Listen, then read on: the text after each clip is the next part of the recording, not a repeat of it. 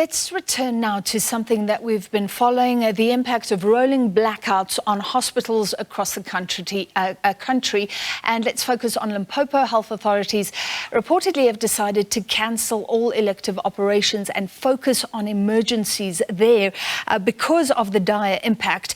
We're joined now by Dr. Phophi Ramathuba, Health MEC in Limpopo.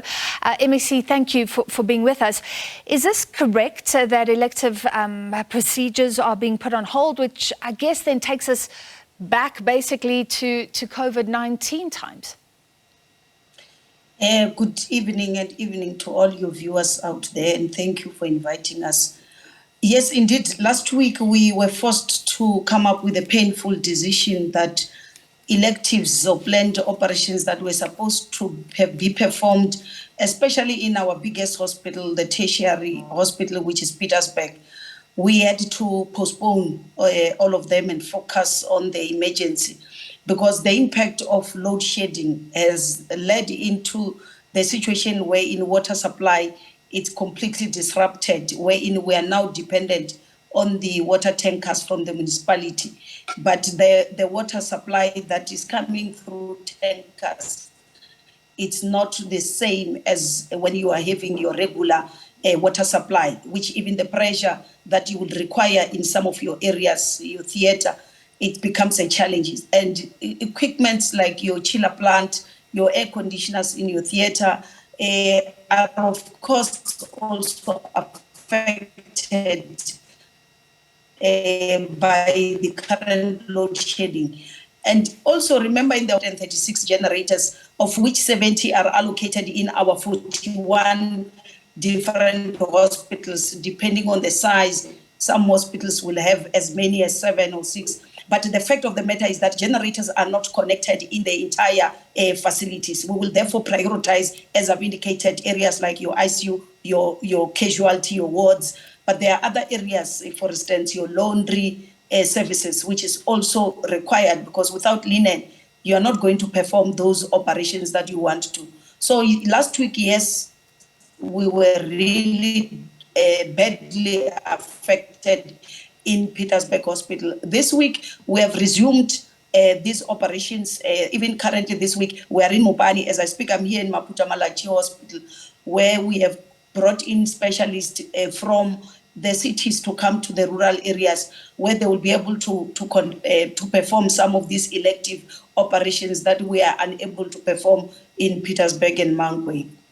And what a pity, because elective operations, I mean, it sounds like they're not necessary, but sometimes they are life-saving down the line. It doesn't mean that it's an emergency right now. These are important operations. MEC, when things are hanging by a thread, we know that there are generators. You spoke about those, but sometimes they're under strain. You said you're focusing on ICU. Are people dying when things don't work correctly, when the generators don't kick in as they should, for example? Are people dying? We have not yet received any report that has shown that there is a person who directly died out of the impact of load shedding, but we can't say that has not happened. As you have indicated, when you are involved in a road accident and you require an operation to fix your bone, for instance, or if you're open reduction and internal fixation, if we don't have time and that operation, that fracture of yours can complicate, and you can end up with disability, which could have been prevented. And we end up sitting with a huge medical legal contingent liability in our province and in the country. It's something that if we were to pay the amount of monies that we are being sued for without having to defend and looking at that, the whole Department of Health in all 9 provinces will simply shut down. So the current load shedding, it's heading for that because there are cases that we believe in future we are going to be litigated that you could have operated within this period of time, you did not operate. And of course, there are certain procedures that even if you're saying it was a planned procedure, if you don't perform it, it's still you will lose your life at the end of the day. So the impact on the generators, as you have already indicated, These are standby generators, which are meant to run for certain period, certain hour. But when you move to stage 6, wherein for 5 continuous hours, a generator must be mending the facility, become the main source of electricity. That put a strain on the generator. We are now starting to experience breakdown of generators in big facilities, like we were dealing with the case of Philadelphia Hospital, where we had to borrow them a generator because theirs is broken down. The lifespan of these generators now, it is becoming a problem. We used to maintain and test our generators on a weekly basis. Now we are saying test your generator 6 hourly, like when you're giving your patient medication. It's not sustainable.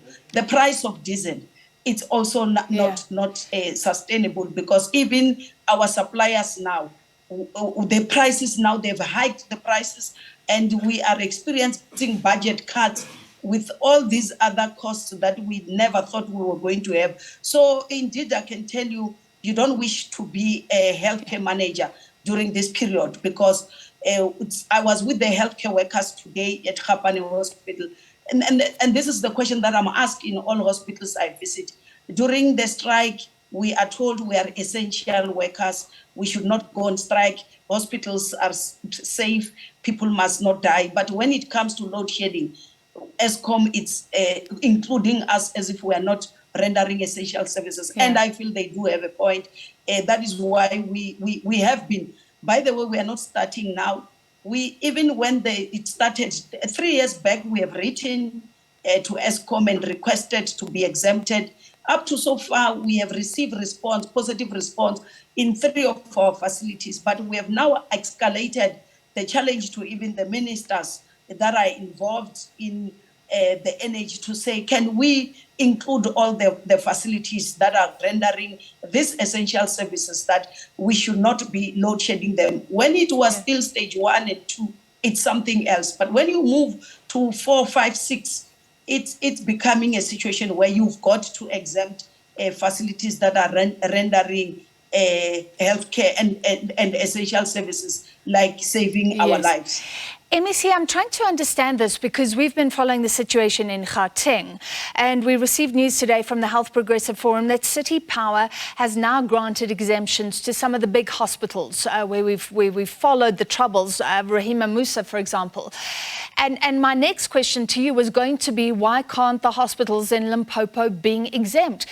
So you're saying there's a right to life in our constitution. This is hugely important, but ESCOM is not granting the exemption. Why is this dragging on for so long? What are you doing politically? I mean, the president, we see him meeting with the CEO of ESCOM. Why is this not being taken up at the highest levels as a matter of urgency? Because it's about people's lives. Like I'm saying to you, it is a serious challenge for us who are operating within the sector. And what we can do, given our responsibility, is to raise these issues. And we have been raising these issues. We are on record. We do have letters that they acknowledge the receipt. We do have facilities that they did exempted, but then we still have other facilities that have not been exempted. So we are saying they must exempt every single healthcare facility. And that doesn't require anyone to be Einstein to understand that even during hard lockdown, healthcare services were the ones that continue to run. So no matter whether you are in a war as a country, hospitals must be protected from whatever that is going on. So hence we are saying we require that particular support. And as I'm speaking now, we did receive another letter to say they will try to see how they can assist our facility so that in certain area some portion cannot be load shedded so that the generator might remain. But we are saying this is simple. If you have done it in hospitals like Mankwe, for instance, Mankwe, we no longer have a problem. We continue to run business as usual, even during load shedding, because we engaged them and they did exempted us. And we think this is possible in all healthcare facilities. All right. The current... Yes, MEC, sorry, we've run out of time, but thank you for that update. It's incredible that it's gone on for so long, but we'll see if those exemptions spread across the province and at least then allow for those surgeries to start up again. Thank you, Dr. Phophi Ramathuba, MEC for Health in Limpopo Province.